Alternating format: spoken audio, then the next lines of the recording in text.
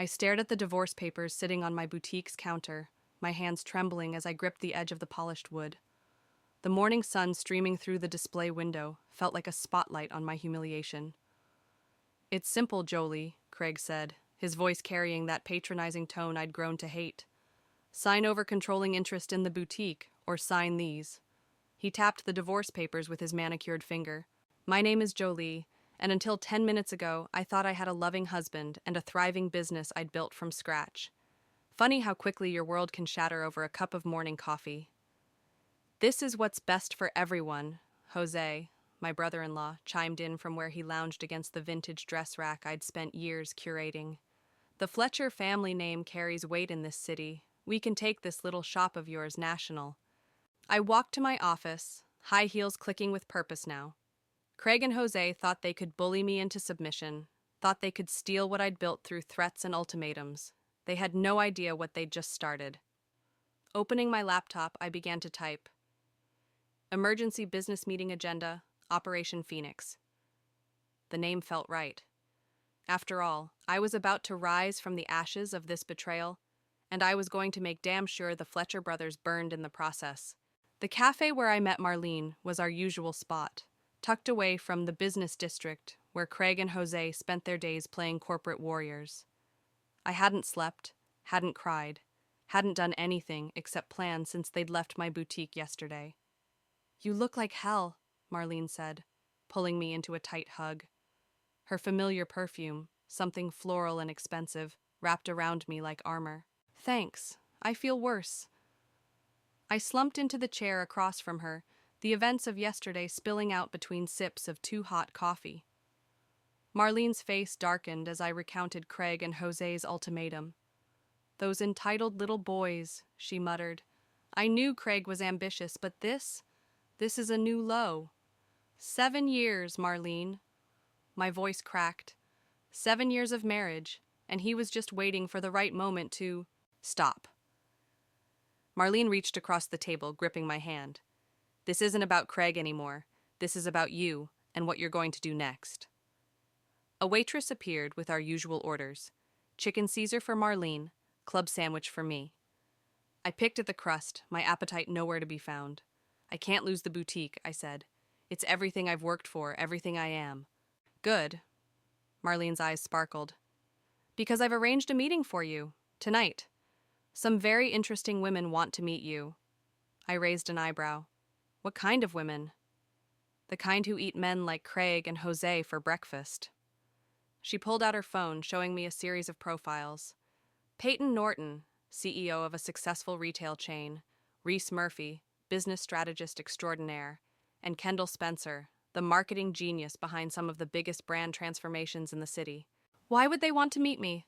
Marlene smiled, that knowing smile that had guided me through countless business decisions. "Because, darling, your story isn't unique. Each of these women has faced their own Craig, their own Jose, and they've all come out stronger." My phone buzzed. Another text from Craig. "Have you made your decision?" I showed it to Marlene, who snorted. "Block him. Right now." I did, feeling a weight lift from my shoulders. "Now," Marlene continued, "go home, take a shower, put on that red power suit I helped you pick last month, and meet me at the reserve at 7. These women are interested in more than just hearing your story." "What do you mean?" "Let's just say they see potential in your boutique. Potential that goes far beyond what those Fletcher boys could ever imagine." I felt a spark of something. Hope, maybe, or determination. "You really think they can help?" "Help?" Marlene laughed. "Honey, they're going to help you burn Craig's world to the ground. In the most legal and profitable way possible, of course." Back home, I found Craig had indeed moved out. The closet was half empty, his toiletries gone. On the kitchen counter, he'd left his house key and a note. "It's not too late to be reasonable." I crumpled the note and tossed it in the trash. In the shower, I finally let myself cry. Not for Craig, but for the years I'd wasted believing in him. By the time I stepped out, my eyes were clear and my resolve was steel. The red suit fit perfectly, a reminder of who I was before Craig. I touched up my makeup, erasing all traces of tears, and headed for the reserve. Marlene was waiting outside, elegant as always in black. Ready? No, I admitted. But I'm going in anyway. That's my girl. She linked her arm through mine. Just remember, these women aren't here to judge you. They're here to help you rise. As we walked into the upscale restaurant, I caught my reflection in a mirror. I looked different somehow. Stronger. Fiercer. Craig had wanted to break me, to force me into submission. Instead, he'd freed me. There they are, Marlene whispered, nodding toward a corner table where 3 women sat, radiating power and confidence. Little shop? I laughed, but there was no humor in it. I built this little shop while you were still trying to convince people to invest in your crypto schemes, Jose. Craig stepped closer, attempting to place his hand on my shoulder. I jerked away. Baby, please. This isn't personal, it's business. The boutique has potential, but you're thinking too small. Jose has connections. Peyton, the CEO, stood first, extending her hand. Jolie, we've heard so much about you. Please join us. I took a deep breath and stepped forward. This wasn't the end of my story. It was just the beginning. And if Craig and Jose thought they'd seen the last of me, they were in for one hell of a surprise. Ladies, I said, sliding into the empty chair, I believe we have some business to discuss. So, Peyton said, swirling her wine glass, tell us why we should invest in your boutique. Her direct approach caught me off guard, but I appreciated the lack of small talk. Because it's not just a boutique, I replied, straightening in my chair. It's a sanctuary. Every woman who walks through those doors is looking for more than just clothes. They're looking for transformation. Kendall leaned forward, her dark eyes intense. Transformation? Elaborate on that. Last week, a woman came in, recently divorced, hadn't bought new clothes in years. By the time she left, she wasn't just carrying shopping bags. She was walking differently. Head high, shoulders back. That's what I do. I don't just sell clothes. I help women rediscover themselves. Reese tapped her perfectly manicured nails on the table. Sweet story, but sentiment doesn't pay bills. Show us numbers. I pulled out my tablet, sliding it across the table. 3 years of consistent growth, profit margins above industry standard, 0 debt, and a client return rate of 87%. The 3 women huddled over the screen, murmuring to each other. Marlene squeezed my hand under the table. Impressive, Peyton admitted, but your soon-to-be ex-husband wasn't entirely wrong. You are thinking too small. I know. I took a deep breath. That's why I need you. I don't just want to save my boutique. I want to expand it, turn it into something bigger than Craig or Jose could ever imagine. Kendall sat back, studying me. What's your vision? A franchise, but not just any franchise. Each location would be part boutique, part community center, style workshops, career coaching, networking events, a place where women lift each other up instead of tearing each other down. That's going to take serious capital, Reese pointed out. I have savings, I said, and the boutique's current success. Won't be enough, Peyton interrupted. Not for what you're proposing. My heart sank, but I refused to let it show. Then tell me what will be enough. The 3 women exchanged looks. Finally, Kendall spoke. We could help, but we'd need 51% ownership. My stomach lurched. That's what Craig wanted. No, Reese corrected sharply. Craig wanted to steal your dream. We want to help you expand it. There's a difference. How can I trust that? Peyton pulled out her phone, pulling up an article. Read this. It was about her company's employee profit-sharing program, one of the most generous in the industry. And this, she said, showing another article about Reese's work, helping women-owned businesses secure funding. We've all been where you are, Kendall added softly. Men trying to steal what we built. The difference is, we fought back, together. And won, Reese added with a wolfish grin. I looked at Marlene, who nodded encouragingly. What exactly are you proposing? Peyton leaned forward. 51% ownership, but you remain CEO. We provide capital, connections, and expertise. You provide the vision and day-to-day leadership. In 3 years, you get the option to buy back up to 70% ownership. And if I fail? You won't, all 3 said simultaneously. How can you be so sure? Kendall smiled. Because you're sitting here instead of signing those divorce papers. Because you'd rather fight than submit. And because you're not afraid of powerful women, you want to create more of them. We've been watching you, Reese added. Your boutique's reputation, your customer loyalty, your business acumen, you're ready for this step. You just need the right partners. I took a sip of water, buying time to think. I need 24 hours to consider it. Connections? I cut him off. You mean like the connections that lost you both 50 grand in that real estate scheme last year? The one I warned you about? Jose's face darkened. That was different. And if you'd just get out. My voice was quiet but firm. Jolie, be reasonable, Craig pleaded. This is your last chance. Either sign over 60% of the business, or... He gestured at the divorce papers. You have 12, Peyton said. We move fast in this business. Then I'll need to see the paperwork tonight. Reese grinned, pulling out a folder. Already prepared. Take it home, review it with your lawyer. As I stood to leave, Peyton caught my arm. One more thing. If you accept, be ready for war. Craig and Jose won't take this lying down. I thought of Craig's smugness, Jose's condescension, their attempt to bully me into submission. Good, I said. I'm counting on it.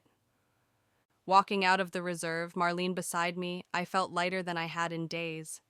They're the real deal, aren't they? I asked. They're sharks, Marlene replied. But they're our kind of sharks, the kind who protect their own. I clutched the folder to my chest, already knowing what my answer would be. Craig and Jose wanted to take everything from me. Instead, they might have just given me exactly what I needed, a reason to become unstoppable. The lease terms for the second location are ridiculous, Reese snapped, pacing across my boutique's back office. 2 weeks had passed since I'd signed the partnership agreement, and we were already hitting our first major roadblock. It's the best space in the downtown shopping district, I argued. The foot traffic alone. Will mean nothing if we're bleeding money on rent, Kendall cut in, not looking up from her laptop. We need to be smart about this, Jolie. Expansion isn't just about location. I slumped in my chair, frustration building. Then what do you suggest? Peyton, who had been quietly studying market reports, finally spoke. What about the old textile factory on Madison Avenue?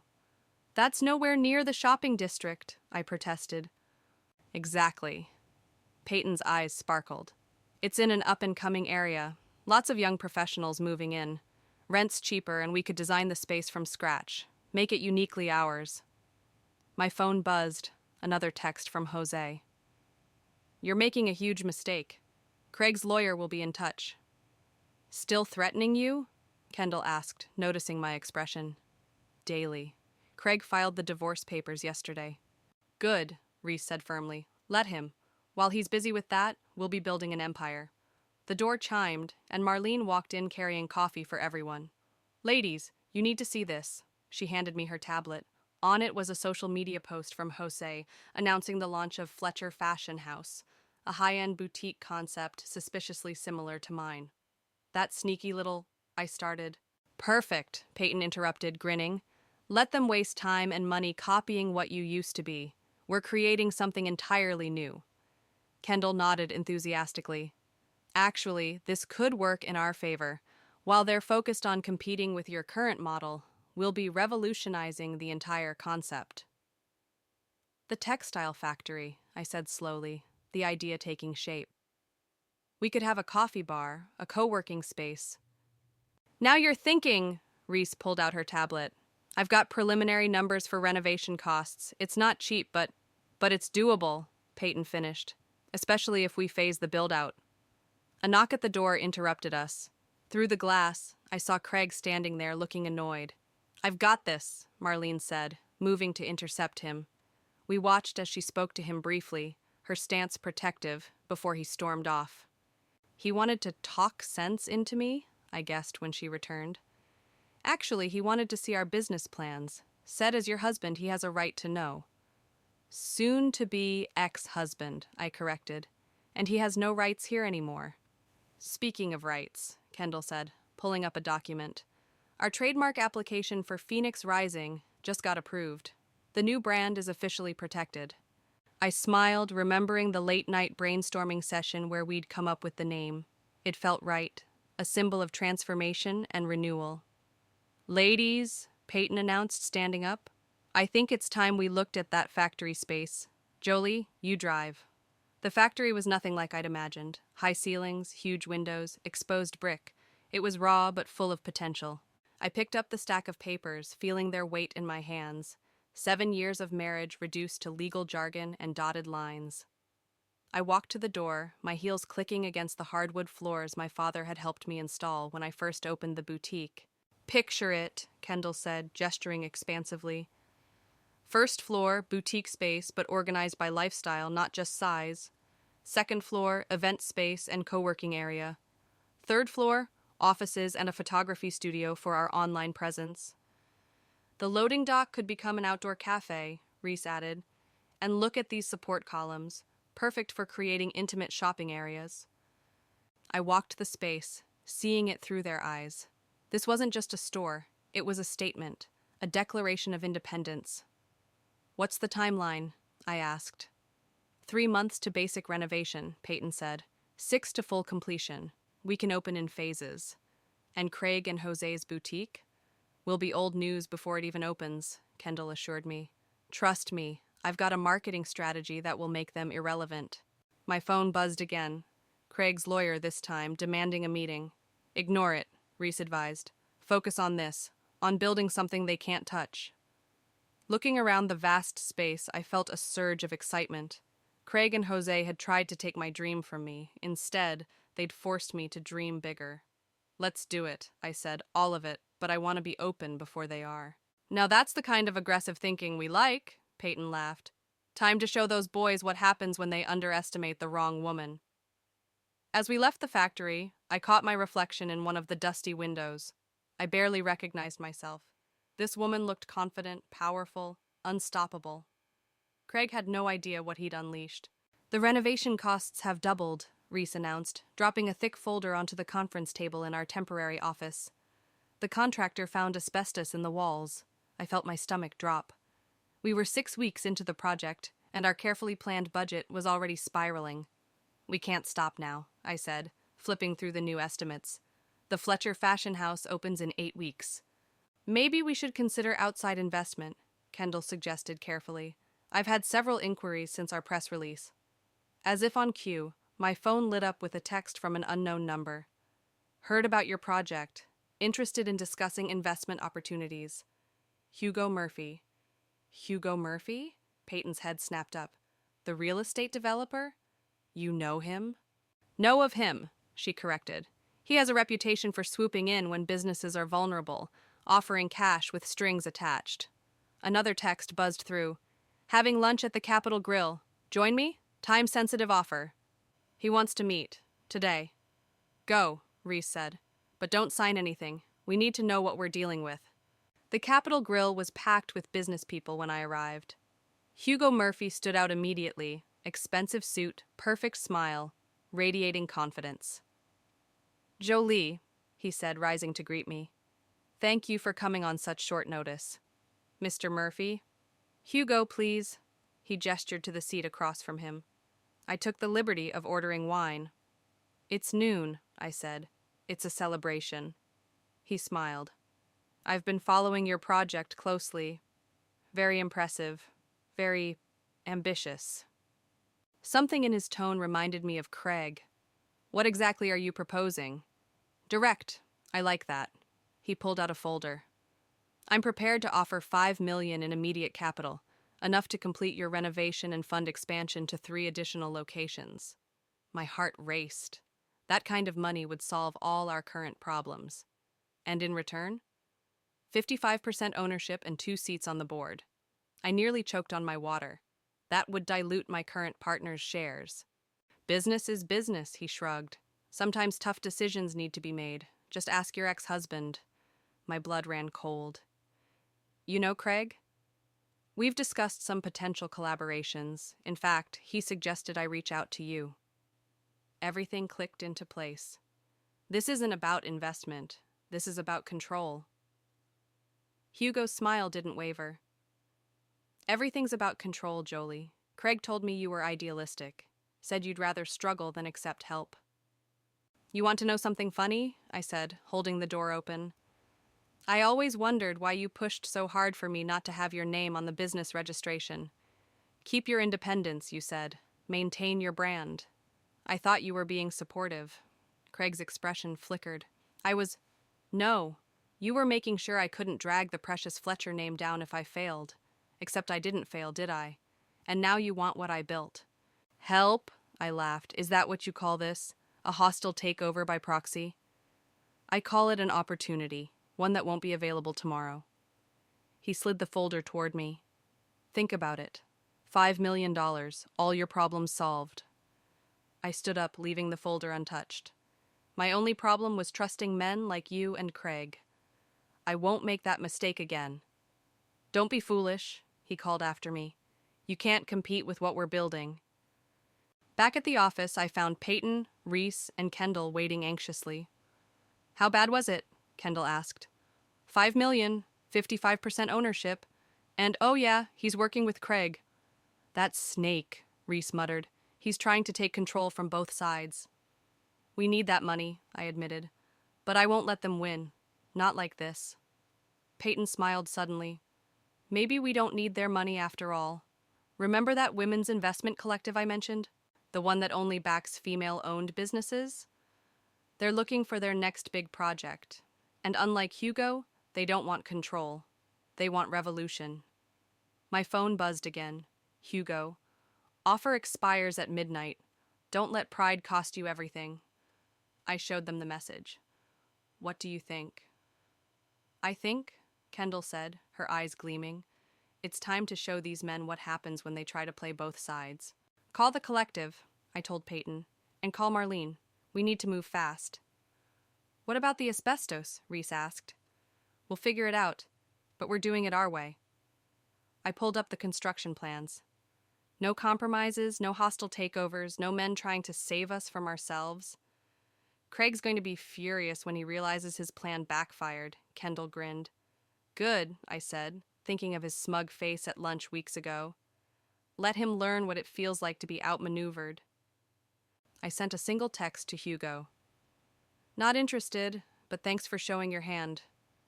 Then I blocked his number, just like I'd blocked Craig's. Some bridges were meant to be burned.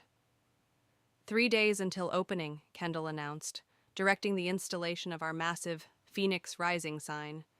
And we're already fully booked for the first month of workshops. I walked through our transformed space, still amazed by how far we'd come. The Women's Investment Collective had come through with exactly what we needed, funding without strings, backed by people who understood our vision. Jolie, Reese called from the second floor. The co-working space furniture just arrived. We need your final approval on the layout. As I climbed the stairs, Marlene burst through the front door.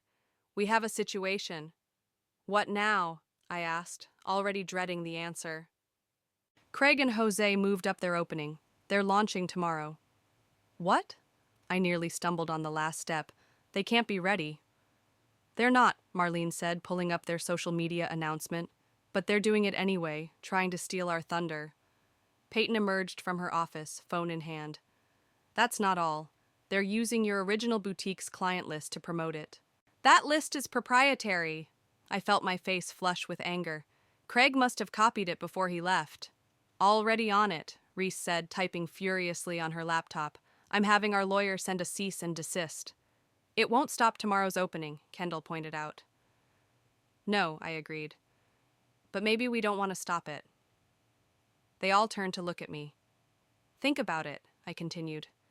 They're rushing, they're unprepared, and they're desperate. Let them open. Let them fail. Meanwhile, Peyton caught on, grinning. We stick to our plan. Open in 3 days exactly as scheduled. With one small addition, I said, an idea forming. Kendall, remember that marketing campaign we discussed? The one about transformation? The before and after stories? Of course. Move it up. Launch it tomorrow morning. Show everyone what real female empowerment looks like. Kendall's eyes lit up. I'll call the photographer. We can shoot the final videos tonight. And I'll alert our social media team, Reese added. We'll flood every platform with success stories right as they're cutting their ribbon. My phone rang. Craig's lawyer again. This time I answered. Hello, Richard. Let me guess. Craig wants to discuss terms. He's willing to be generous in the divorce settlement if you'll agree to certain conditions regarding your new business venture. Jose stepped forward, his expensive suit rustling. Don't be dramatic. We're offering you a partnership. A partnership? I laughed again, louder this time.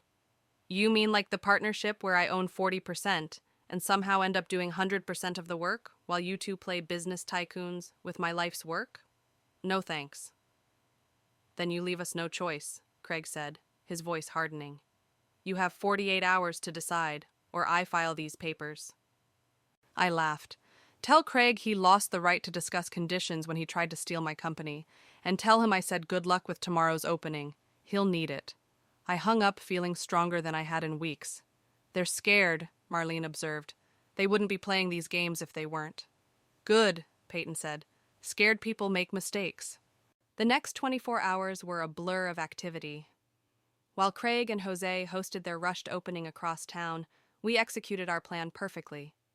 Every hour we released a new video, real women telling real stories about how our original boutique had changed their lives. By evening, our social media was exploding. The contrast couldn't have been clearer, their hasty launch versus our carefully crafted message of empowerment. Look at this, Kendall called out, showing me her tablet. Someone had posted photos from the Fletcher Fashion House opening. The space looked generic, the racks stuffed with obvious knockoffs. Their prices are higher than our old boutique, Reese noted, scrolling through their website.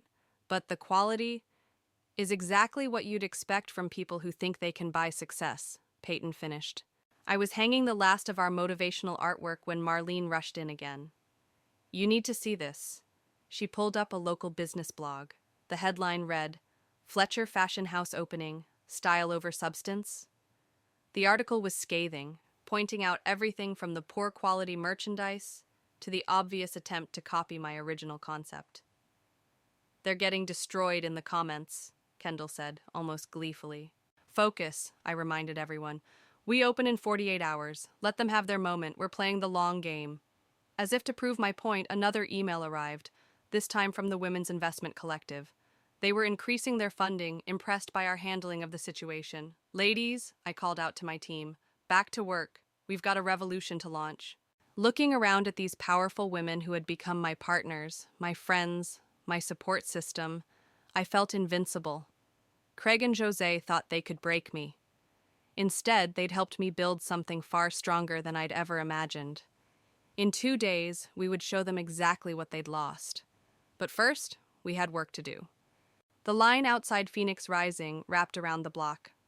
I stood at the second-floor window, watching as women of all ages chatted excitedly, many holding coffee cups from our outdoor cafe that we'd opened early for the occasion. 5 minutes until doors open, Kendall announced, adjusting my microphone pack. Are you ready? Born ready, I replied, though my hands shook slightly as I smoothed down my dress, a custom piece we'd designed specifically for today. Heads up, Reese called from her tablet. Craig and Jose just pulled up in that ridiculous sports car of theirs. Right on schedule, Peyton smirked. Front row seats just as planned. I spotted them through the window, pushing their way through the crowd. Craig looked annoyed at having to wait in line, while Jose kept checking his phone, probably reading the latest reviews of their failed opening. Ladies, Marlene announced, gathering us all together. Places, please, it's showtime. The doors opened exactly at 9 a.m. The crowd poured in, gasping at the transformation.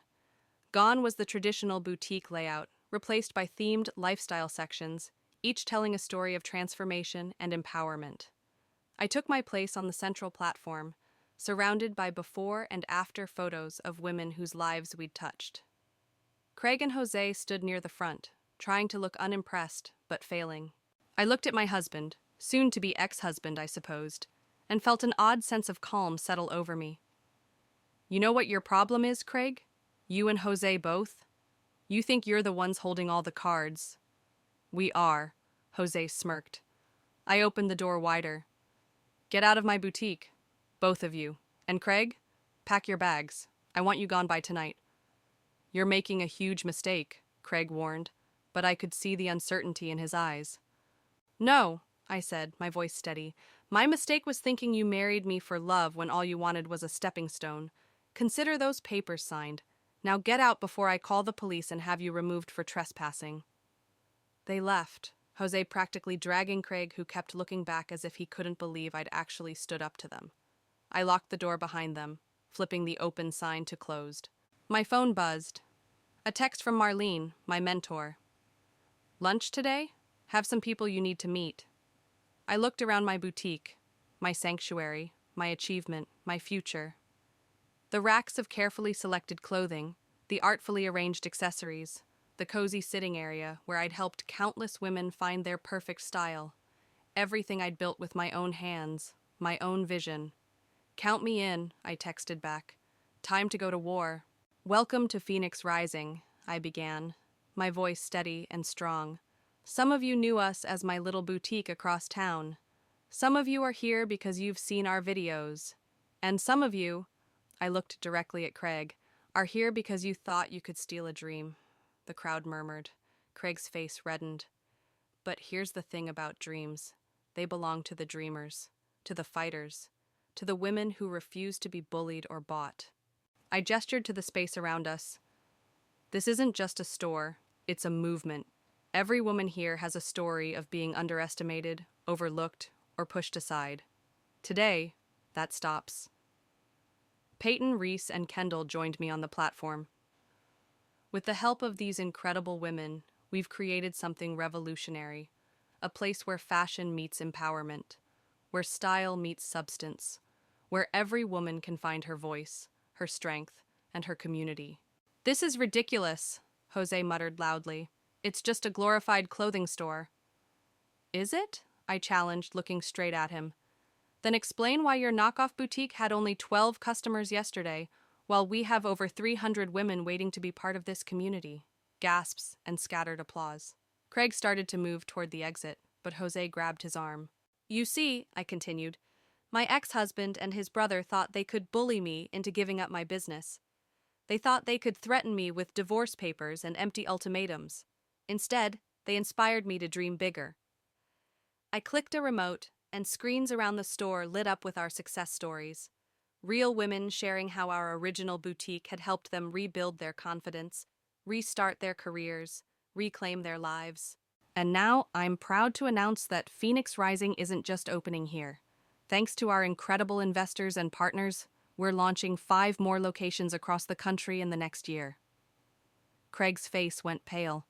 This was news to him, and to most of the crowd, who erupted in cheers. So to the men who thought they could break me, I said, my voice carrying clearly through the space, thank you. Thank you for showing me exactly who you are. Thank you for pushing me to find my true allies. And thank you for teaching me that sometimes the best revenge is massive success. Jose stormed out, pulling Craig behind him. As they left, Marlene stepped forward with an envelope. Oh, and Craig, I called after him, you might want to read these. My lawyer's terms for the divorce settlement. Turns out trying to steal your wife's business during divorce proceedings doesn't look good to a judge. The crowd broke into applause and cheers as Craig finally fled. Peyton squeezed my hand as we watched them drive away. Now, I turned back to the crowd. Who's ready to rise? The response was deafening. Women surged forward, not just to shop, but to sign up for workshops, to join our mentorship program, to become part of something bigger than themselves. We did it, Kendall whispered, tears in her eyes.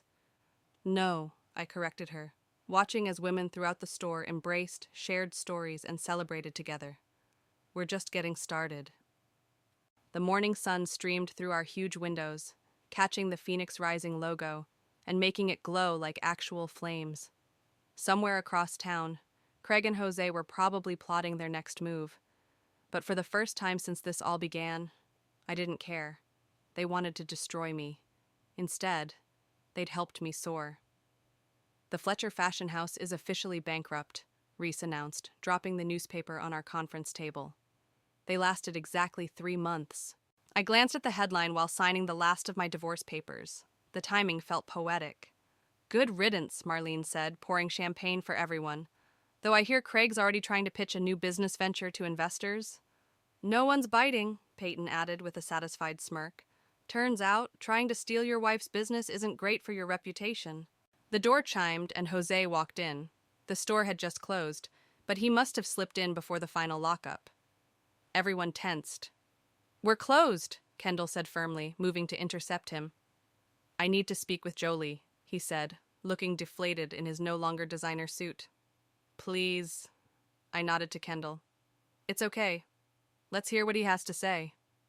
Jose approached the table, clearly uncomfortable under the collective glare of my team. I came to apologize. "Really?" I kept my voice neutral. "Not to ask for a job?" He flinched. "I deserve that. But no, I'm moving to Seattle, starting over. I needed to tell you that you were right. About everything. Including Craig. Especially Craig. He's not the man I thought he was. Neither am I." He pulled an envelope from his jacket. "This is everything. The client lists we took, the supplier contacts, everything we used to try to compete with you. Delete it, burn it, whatever you want." I took the envelope, but didn't open it. "Why now?" "Because I watched you build something real, something that actually helps people. While we were playing businessman, you were changing lives." He turned to leave, then paused. "Craig's leaving town too, by the way. Got a job offer in Miami." "Good for him," I said, meaning it. The further away, the better. After Jose left, Peyton raised her glass. "To fresh starts?" "To karma," Reese corrected with a grin. "To us," I said, looking around at these amazing women who'd become my family. "And to what comes next." Kendall pulled up our latest numbers on the big screen. "Speaking of what comes next, our Chicago location opens next week. The pre-registration for workshops is already at capacity." "And the Phoenix Rising Foundation?" I asked. "Fully funded," Peyton confirmed. "We can start offering business grants to women entrepreneurs next month." Marlene wiped away a tear. "Remember when you thought you'd lost everything?" "I didn't lose anything," I replied. "I just had to burn it all down to see what would rise from the ashes." The door chimed again. This time it was Sarah, one of our regular clients, looking nervous but determined. "I know you're closed, but—" She held up a familiar-looking envelope. "My husband gave me divorce papers today, said I had to choose between my career and our marriage." "Come in," I said immediately, pulling out a chair. "Ladies, I think we need to order dinner. We've got some planning to do." Sarah burst into tears as we gathered around her. "I don't know what to do." "Yes, you do," Kendall said gently. "That's why you came here instead of going home." "Tell us everything," Peyton added, already taking notes. I watched as my team swung into action, doing for Sarah what they'd done for me, offering support, strategy, and strength. This was what Phoenix Rising was really about. Not revenge, not success, but transformation. "First thing tomorrow," I told Sarah, "we're getting you a lawyer, a good one." "I can't afford— The foundation will cover it," Reese interrupted. "That's what it's for." Sarah looked around at all of us, hope replacing fear in her eyes. "How do you do it? Stay so strong?" "We don't," I said honestly. "We just refuse to stay down when we fall, and we never, ever fall alone." Looking at my signed divorce papers, I felt nothing but gratitude. Craig and Jose had tried to break me, to force me into submission. Instead, they'd forced me to become unbreakable. "Welcome to the Phoenix Rising family," I told Sarah, handing her a tissue. "Now, let's talk about what you want your next chapter to look like." As we stayed late into the night, planning and supporting and building yet another woman up from the ashes of what she thought was the end, I realized something profound. All of this, wasn't just a happy ending. It was a whole new beginning, not just for me, but for every woman who walked through our doors looking for transformation and found a revolution instead. And that was the sweetest revenge of all.